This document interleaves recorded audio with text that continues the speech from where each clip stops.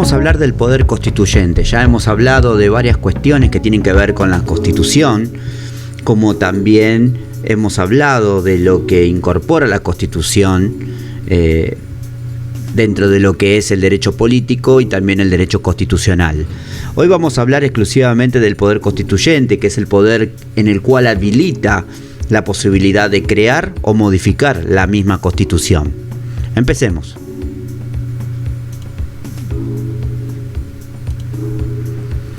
El poder constituyente es la potestad suprema que tiene el pueblo por sí o por medio de sus representantes para establecer una constitución o para modificar una anterior si fuese necesario.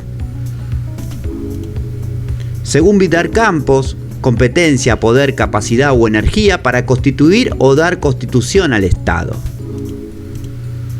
Para Sánchez Viamonte, implica la soberanía originaria, suprema y directa, en cuyo ejercicio la sociedad da nacimiento y personalidad al Estado.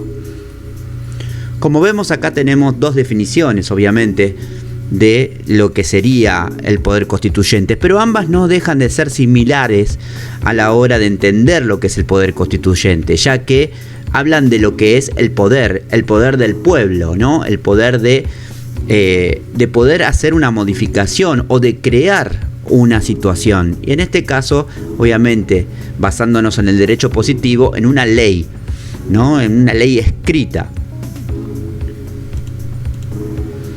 Existen dos clases importantes de poder constituyente. Por un lado tenemos el poder constituyente originario y por el otro el poder constituyente derivado. Originario, cuando se ejerce en la parte fundacional del Estado para darle nacimiento y estructura. La creación de una constitución lleva consigo este poder constituyente originario, ¿sí?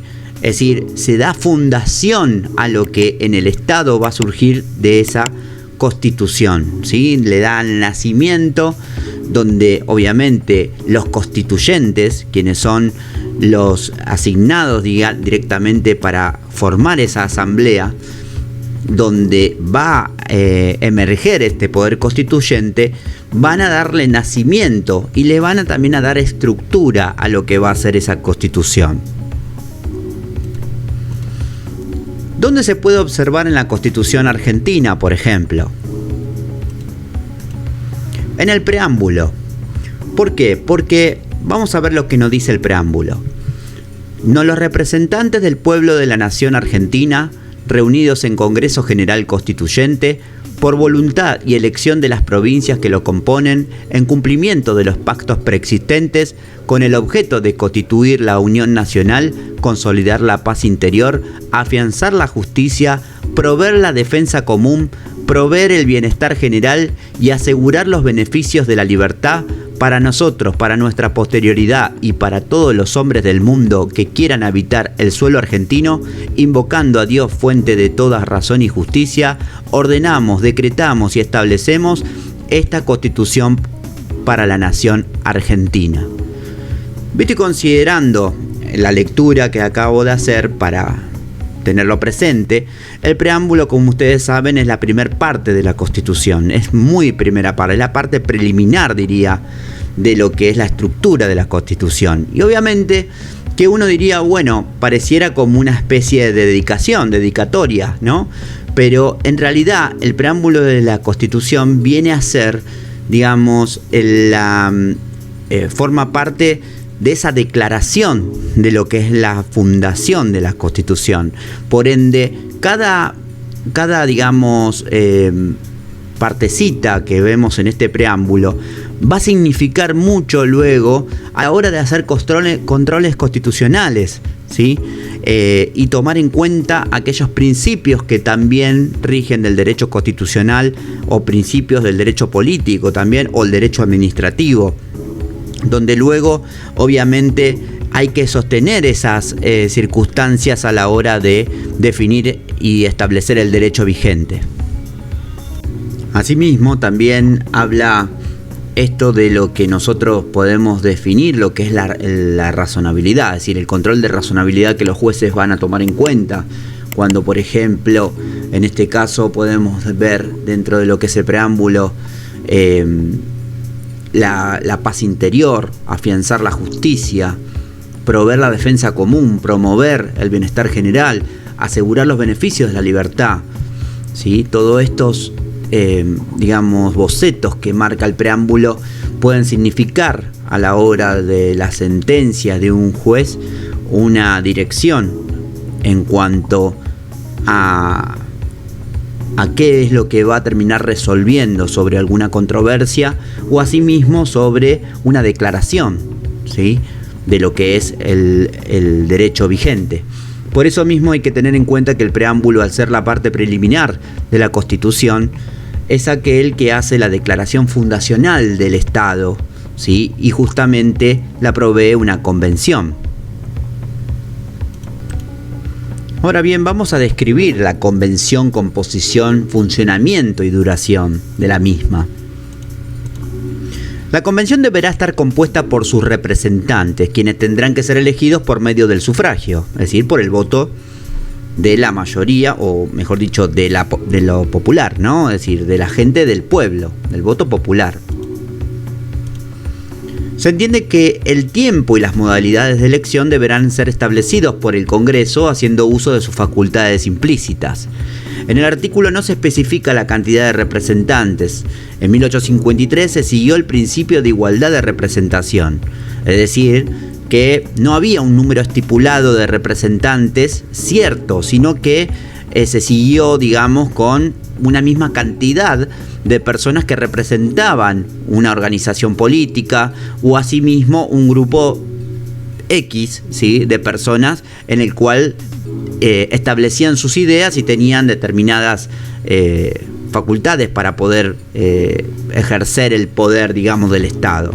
Entonces, para irnos al año 1853, donde todavía la nación era algo primitiva, ¿sí?, a comparación de lo que es hoy, tengamos en cuenta de que en ese momento todavía había vestigios de la independencia que todavía quedaban entre la separación del régimen europeo y el régimen americano. Entonces tengamos ahí presente de que había facciones de organizaciones políticas que todavía tenían ideales de la senda europea y que recién habían los que eran revolucionarios o los que, de alguna forma querían separar aquel régimen europeo del régimen nuevo americano. Entonces no estaba establecido, en forma determinada, pero sí existían grupos, ¿sí?, o facciones que obviamente tenían una cantidad de representantes que a la hora de establecer el uso fundacional, o mejor dicho, la fundación del Estado y de la fundación de lo que sería la Constitución, tenían igualdad de representantes, igualdad de cantidad de representantes por el que iban a terminar siendo elegidos para poder, establecer esta nueva Constitución. Y ellos se impregnaban de alguna forma, para alguna forma decirlo, de ese poder constituyente originario. Ahora bien, ya después en 1860, teniendo en cuenta la historia, se cambió para que entre Buenos Aires y se tomó por cantidad de habitantes de cada provincia. El lugar de funcionamiento de la convención siempre fue estipulado por el Congreso de la Nación. A ver, hasta ese momento no estaba delimitado, el territorio argentino. Entonces, ya después, para el año 1860, donde se conocía o se sabía de que los virreinatos ya no estaban tan, delimitados por virreinatos, sino más bien por estados provinciales, ¿sí? En esa medida, al integrarse Buenos Aires, ya se empezó a medir de una forma diferente. Ya no iba a ser solamente por facciones, sino que también iba a ser por cantidad de habitantes de cada provincia. Entonces esto iba a servir como medida alternativa y obviamente que también el lugar del funcionamiento de esta convención iba a ser el Congreso de la Nación o el estipulado por el Congreso de la Nación. El periodo de funcionamiento generalmente ha sido estipulado por la ley de convocatoria, tienen que establecer su propio reglamento, tener asignado un presupuesto y disponer de él, nombrar a su personal, organizar su difusión, etc. A ver, para poder generar lo que es el poder constituyente que va a estar impregnado en esta convención, o para poder designar esta convención, obviamente va a regir a través de una ley, ¿sí? Y esta ley obviamente que va a tener un reglamento, va a tener un presupuesto, ¿sí? Va a nombrarse a determinado personal y organizar también la difusión que va a tener o mejor dicho, el alcance. Cuando hablamos de organizar la difusión, estamos hablando de su alcance, hasta dónde va a llegar. Entonces tenemos que establecernos, ¿sí?, que la Constitución va a ser algo que cuando se crea, ¿sí?, va a denominar algunas cuestiones que obviamente van a tener que estar acordadas en una ley primaria. Y esa ley primaria va a establecer, digamos, una organización de ese grupo convocado. Por otro lado, vamos a tener el poder constituyente modificador o derivado, que es cuando se ejerce para reformar la Constitución y el titular es el pueblo o la comunidad. ¿Dónde se puede observar en la Constitución argentina, por ejemplo? En el artículo 30, que trata sobre la reforma de Constitución. Él nos dice: la Constitución puede reformarse en el todo o en cualquiera de sus partes. La necesidad de reforma debe ser declarada por el Congreso con el voto de las 2/3 partes, al menos de sus miembros, pero no se efectuará sino por una convención convocada a tal efecto. ¿Esto qué quiere decir? De que va a tener que haber, obviamente, una ley de necesidad de reforma para que pueda surgir, ¿sí?, digamos, esta modificación de la Constitución. Obviamente que hay algo que en este artículo no se menciona, pero sí lo hacen otros, que son sobre los contenidos pétreos. Y cuando hablamos de los contenidos pétreos, son aquellas cosas que no se pueden reformar de la Constitución.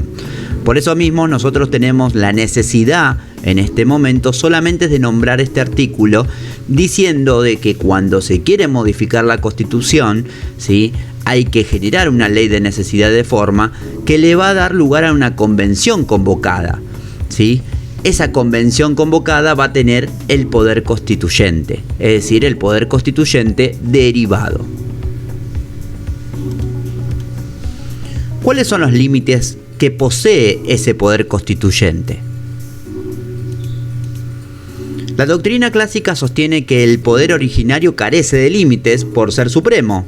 Sin embargo, hay límites que condicionan al poder constituyente. Los resumieron en 3 categorías. Los límites derivados del derecho natural, los límites derivados del derecho internacional público, los límites que provienen del condicionamiento de la realidad social. Cuando hablamos de estos límites, tengamos presente de que ya estamos yéndonos a un contenido doctrinario filosófico, ¿no? Cuando hablamos del derecho natural, donde hablamos obviamente de aquellos principios del ser humano o de aquellos orígenes de lo que para el ser humano es, digamos, el derecho, ahí tenemos, obviamente, derecho consuetudinario, habla de principios del derecho natural. Estamos hablando ahí los límites que obviamente, digamos que por usos y costumbres, el ser humano ha dado lugar, ¿sí? Como el derecho a la vida, por ejemplo, ¿sí? Uno no podría, digamos, de alguna forma establecer una constitución donde no, digamos, o mejor dicho, supere el principio del derecho a la vida, ¿no? Entonces, hay algunas cuestiones que hay que tener en cuenta. Si bien existen en el mundo la pena de muerte y otras circunstancias que estarían violando, digamos, el derecho a la vida, no son derechos, digamos, absolutos, son derechos relativos, pero si bien el derecho natural a veces hace, o mejor dicho, contiene conceptualizaciones que tienen que ver con regímenes absolutos. Ahora bien, cuando hablamos del derecho internacional público, estamos hablando más que nada del territorio, ¿no? Es decir, que un Estado no invada otro Estado. Entonces, obviamente que el poder constituyente no va a tener, digamos, alcance, digamos, sin frontera que lo frene. Digamos, obviamente va a estar siempre delimitado dentro de lo que es el territorio que obviamente puedan alcanzar. Si un Estado quiere invadir sobre las otras cuestiones, ya van a entrar ahí algunas controversias que tienen que ver justamente con el derecho internacional público, que seguramente en videos más adelante estaremos empezando a definir, ¿sí? Donde empezaremos a ver que obviamente cuando un Estado invade a otro, estamos diciendo que el Estado que tiene su poder invade a otro Estado con su poder. Y bueno, son controversias que pueden llegar a existir, pero bueno, vamos a limitarnos solamente con esa pequeñita definición. Y después tenemos los límites que provienen del condicionamiento de la realidad social. A ver, hay algo que también tiene que ver con hasta dónde se puede llegar y cómo buscamos ese bienestar en común que la sociedad necesita, ¿sí? Recordemos que el bienestar social, o mejor dicho, aquello que obviamente la sociedad necesita para poder tener un orden en el Estado, también la Constitución tiene que brindarlo, y por eso mismo no se puede generar con una Constitución un caos. Hay que tratar de buscar un orden, y por eso mismo los límites también están impuestos allí. Si la Constitución sirve para ordenarnos, no pueden implicar de alguna manera implícita un desorden a las personas, ¿no? En sus derechos, o básicamente en todas las cuestiones que una persona tiene que sentir para poder tener la libertad suficiente y también para poder ejercer y otorgársele su derecho, ¿no? Tratándose del ejercicio del poder constituyente derivado, hay que agregar dos límites más: el proveniente del constituyente anterior y los derivados de las cláusulas pétreas, cláusulas intangibles. Bueno, cuando hablamos del proveniente del constituyente anterior, estamos hablando obviamente de que el constituyente anterior, ese poder que han tenido a la hora de generarlo, no se puede superar ese poder. Sí se pueden modificar algunas cuestiones que obviamente lo permite el artículo 30, como vimos, pero no se pueden, porque incluso van a haber cláusulas pétreas, es decir, cláusulas intangibles, cláusulas que no se pueden modificar en la Constitución, ¿sí? Entonces esos límites van a surgir más que nada ya en el poder constituyente derivado. Vamos a hablar de los poderes constituidos, porque no hay que confundir el poder constituyente con los poderes constituidos. Ya dijimos que el poder constituyente era el que le daba lugar a la creación o a la modificación de una constitución. Los poderes constituidos se hallan un escalón más abajo que el poder constituyente y son la creación de aquel. Solo tendrán los poderes que le atribuya por medio de la Constitución. Es decir, que el poder constituyente da lugar a los poderes constituidos que van a estar, digamos, de alguna forma escritos en la Constitución. Son poderes constituidos el poder legislativo, el poder judicial y el poder ejecutivo. Como dijimos en algún momento, el poder legislativo, que está representado, por ejemplo, en la nación argentina por el Congreso, o a nivel provincial por las legislaturas, en este caso si es Buenos Aires, la legislatura bonaerense, o si es la capital federal, la legislatura porteña.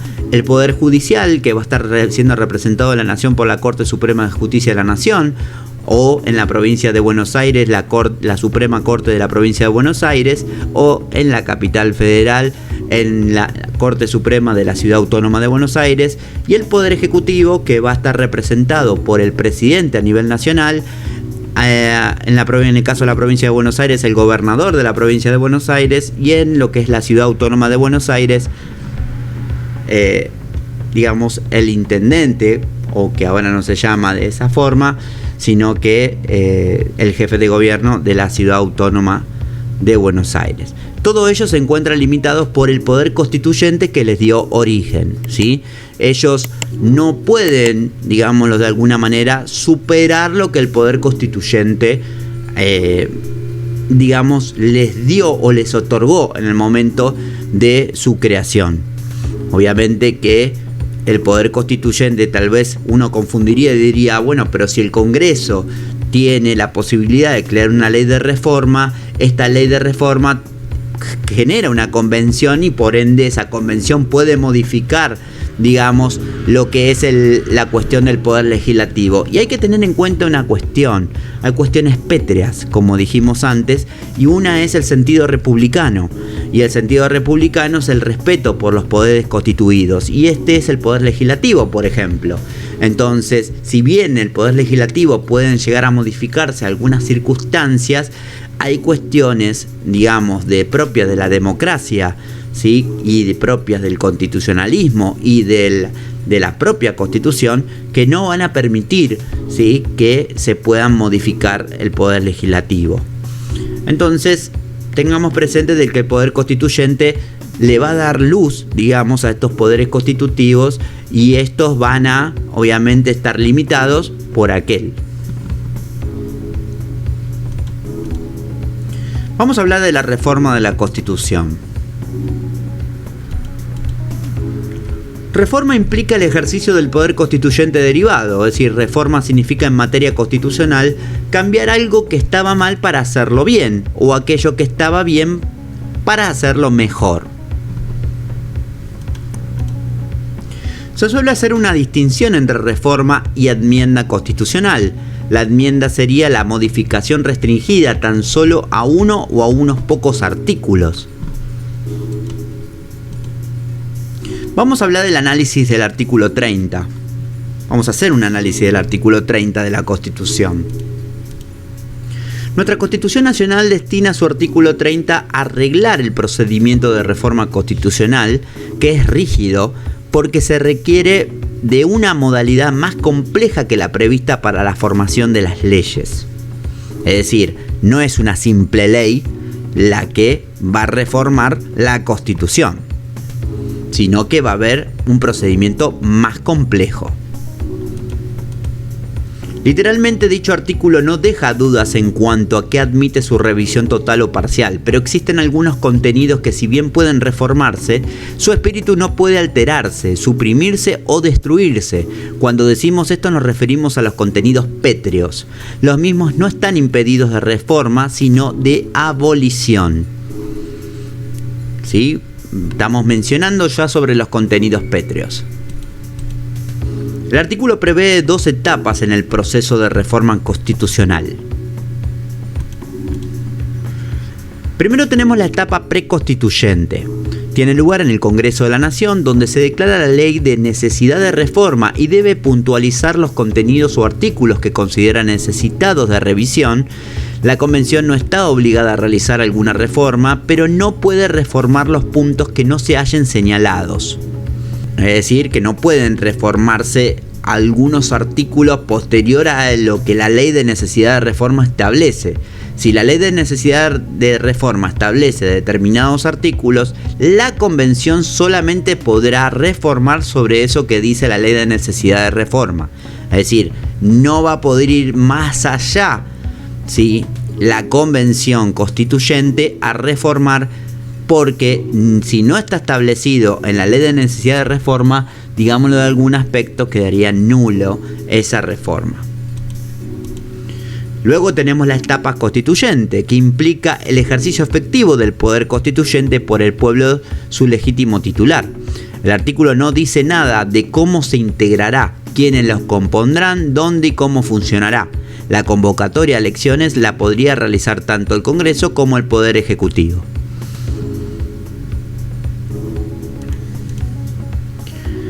Vamos a hablar del poder constituyente de las provincias, el artículo 5 y el 123 de la Constitución Nacional Argentina. La adopción del federalismo como forma del Estado derivó en el reconocimiento de las autonomías provinciales. ¿Qué quiere decir?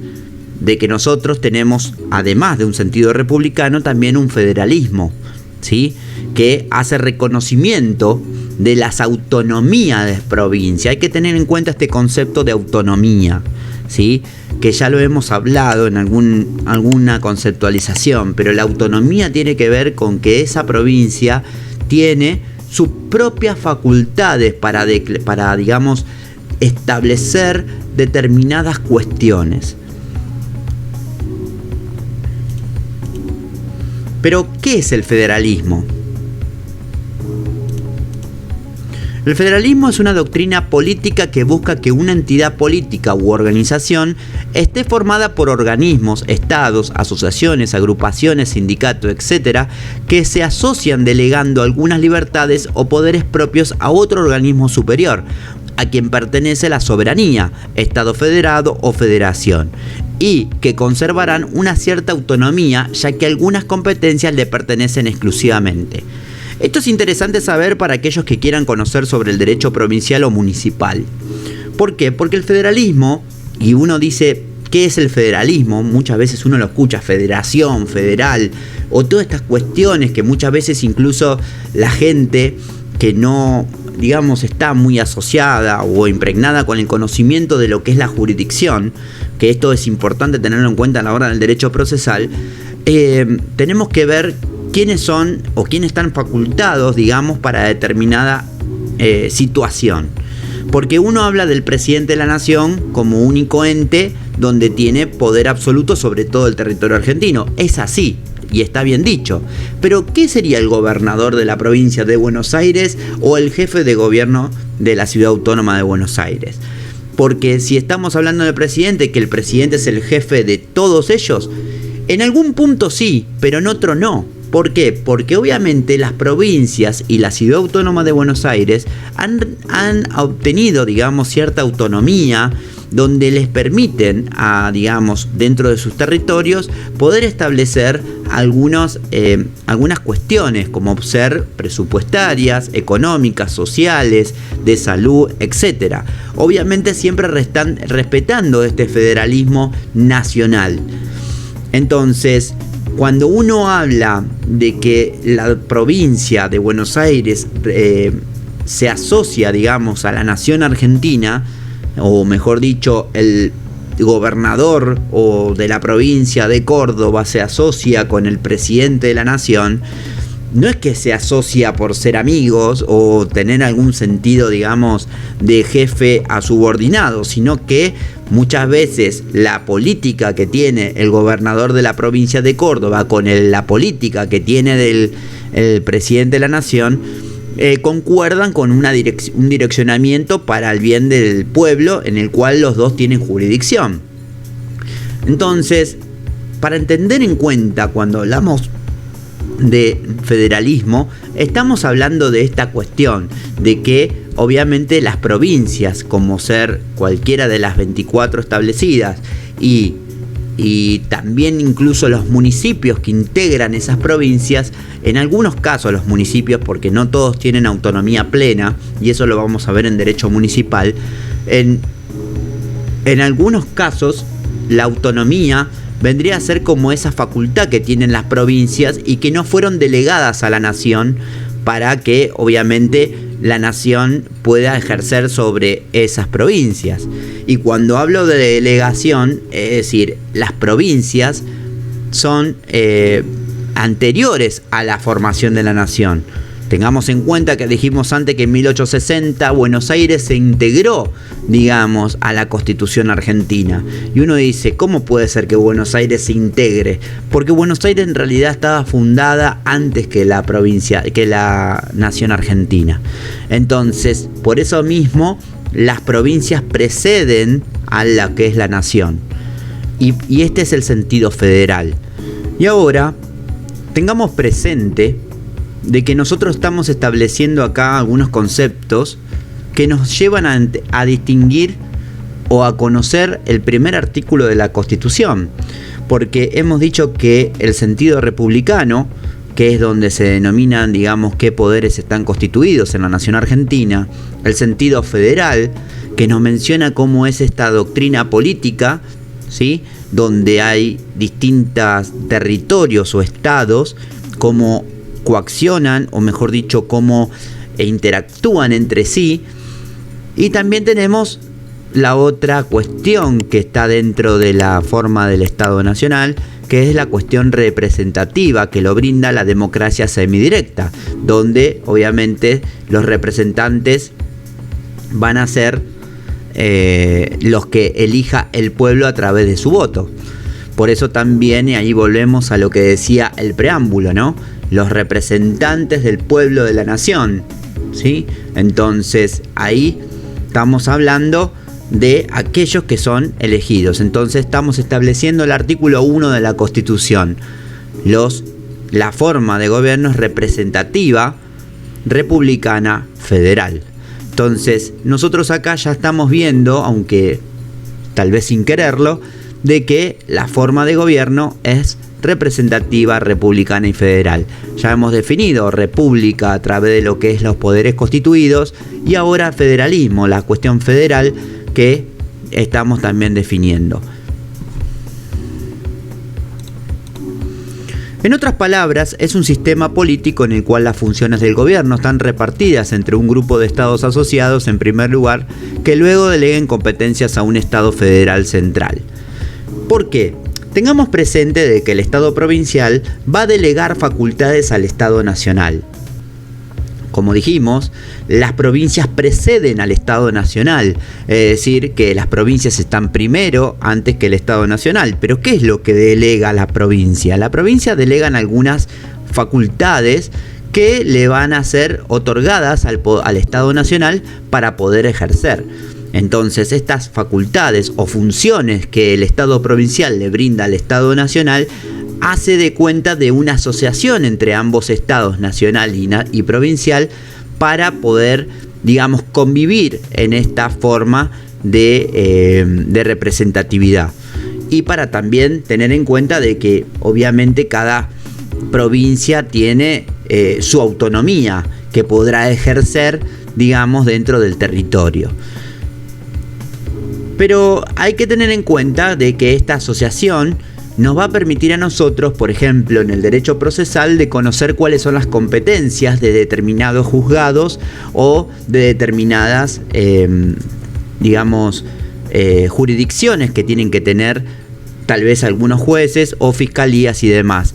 Porque las controversias muchas veces pueden darse más allá del propio estado provincial, donde obviamente ahí va a tener que intervenir tal vez un estado federal, porque obviamente para no confundir los intereses propios de un estado provincial con lo mismo que pueda surgir, no tiene por qué un estado, digamos, provincial definir cuestiones a favor de aquellos que formen parte de ese estado contra otro estado. Entonces, para no confundir, digamos que en algunos casos la justicia puede ser también provincial, pero ya lo vamos a definir un poco más cuando hablemos de derecho provincial y municipal. Las provincias tienen la capacidad y el derecho de dictarse su propia constitución y pueden dictarse sus normas locales siempre conforme a lo establecido por nuestra ley fundamental nacional, es decir, la Constitución. Digamos que las provincias tienen facultades y esto es la autonomía. Es decir, capacidad y derecho, ¿sí?, a dictar una propia constitución y también propias normas. Pero ojo, hay que tener presente que siempre tienen que respetar lo que establece la ley fundamental nacional, es decir, la Constitución. Así como los poderes constituidos nacionales tienen que limitarse al poder constituyente que le dio origen, digamos, a esos poderes constituidos, también las provincias en sus estados provinciales tienen que limitarse a la ley fundamental. Todo este ordenamiento habla de una supremacía constitucional, ¿sí? Una supremacía que obviamente la vamos a estar mirando tal vez en otro video de derecho constitucional, donde vamos a entender ya en un próximo video de control de constitucionalidad qué normas pueden, digamos, ejercerse en ámbitos provinciales como en ámbitos federales y cuáles, digamos, tienen que qué cosas tienen que respetar esas leyes a la hora de ser difundidas por el Poder Legislativo local o el Poder Legislativo nacional. Pero tengamos presente esto: cuando hablamos de autonomía provincial, estamos hablando de la capacidad y derecho a dictarse una constitución o normas locales, siempre respetando los principios constitucionales o lo establecido en la ley constitucional nacional.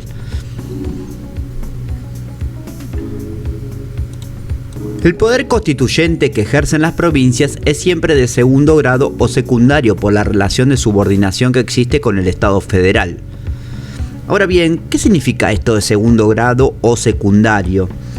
Porque nosotros, siguiendo el orden de lo que venimos mencionando, tenemos que, para repasar, un orden de ideas que tenemos que tener en cuenta. Dijimos que primero existe el poder constituyente originario, que da lugar a la Constitución, que da lugar a los poderes constituidos, ¿sí? Es decir, tenemos el poder constituyente originario, la Constitución, los poderes constituidos.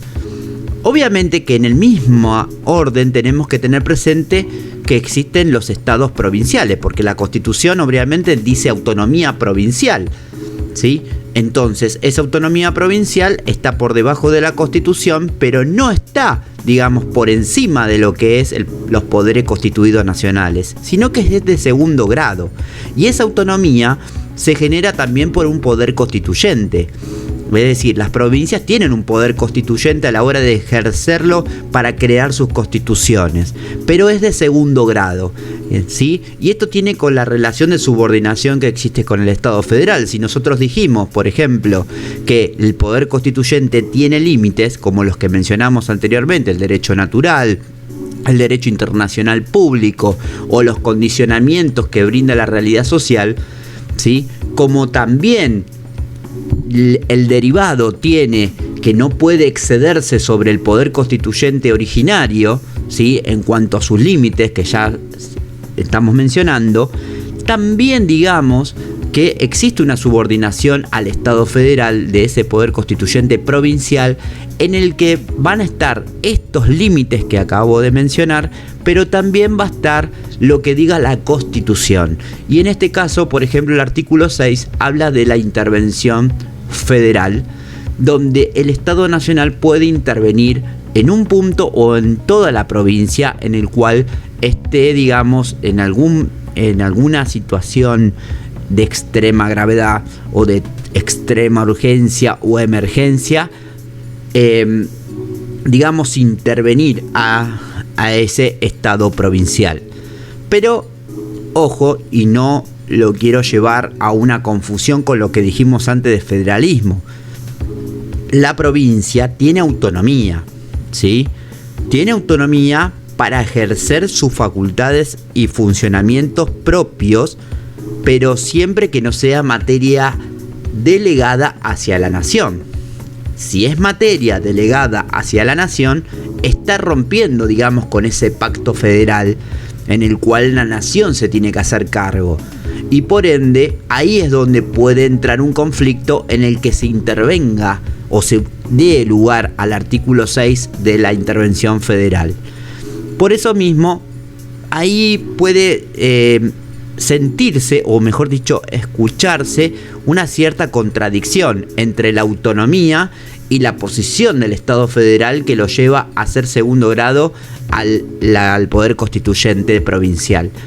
Pero tengamos en cuenta que no es todo tan taxativo, no es todo tan puro, sino que este poder constituyente que ejercen las provincias, si bien va a tener, digamos, las mismas cuestiones que el poder constituyente originario o derivado de parte de lo que se funde a nivel nacional, va a estar siempre obligado como límite sobre lo que la Constitución también diga, la Constitución nacional me refiero.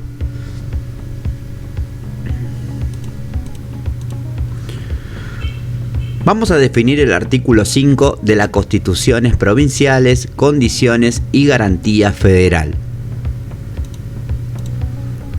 Cada provincia dictará para sí una constitución bajo el sistema representativo republicano, de acuerdo con los principios, declaraciones y garantías de la Constitución Nacional, y que asegure su administración de justicia, su régimen municipal y la educación primaria. Bajo estas condiciones, el gobierno federal garante a cada provincia el goce y ejercicio de sus instituciones.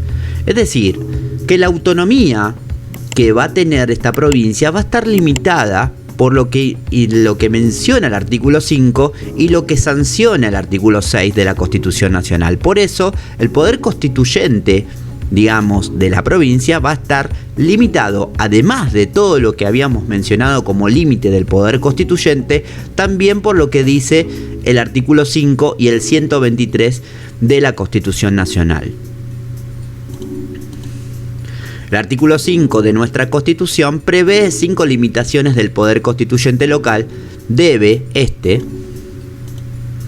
instaurar el sistema republicano representativo de gobierno, garantizar respeto de los principios, declaraciones y garantías de la Constitución Nacional. Estos son los límites que fuimos mencionando.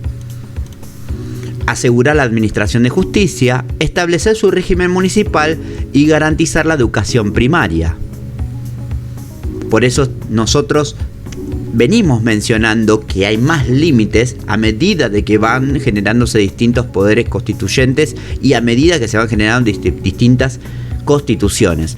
Dijimos que si teníamos 3 límites para el originario más 2 límites para el derivado, luego la Constitución viene a poner 5 límites más, que son los mencionados en el artículo 5.